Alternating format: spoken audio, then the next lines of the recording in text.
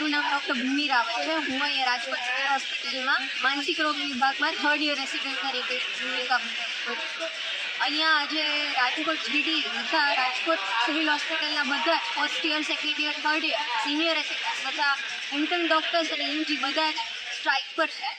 જે 9 ઓગસ્ટે જે પણ ઘટના બની કોલકાતાની આજીવર મેડિકલ કોલેજમાં 2nd યર રેસિડેન્ટ ડૉક્ટર પર રેપ તથા એની હત્યા કરવામાં આવી, એ ઘટનાની અમે બધા જ એકતાની કડી નિંદા કરીએ છીએ તથા પીડિતાને અને તેના પરિવારને ન્યાય મળે અને આ ઘટનાની નિષ્પક્ષ રીતે તપાસ થાય તથા ગુનેગારોને જેટલું બને તેટલું જલ્દી પકડી એમને કઠિન પનિશમેન્ટ આપવામાં આવે.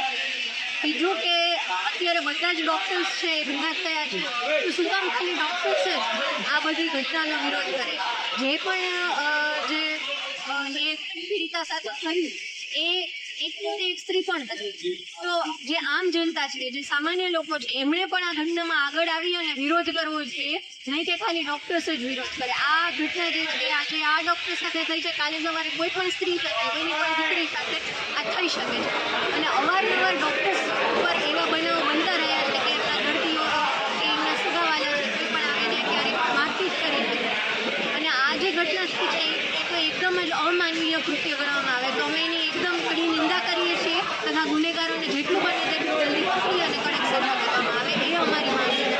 અને આગળ પણ સરકારશ્રી તરફથી ડૉક્ટર્સની સેફટી માટે કડક પગલાં લેવામાં આવે.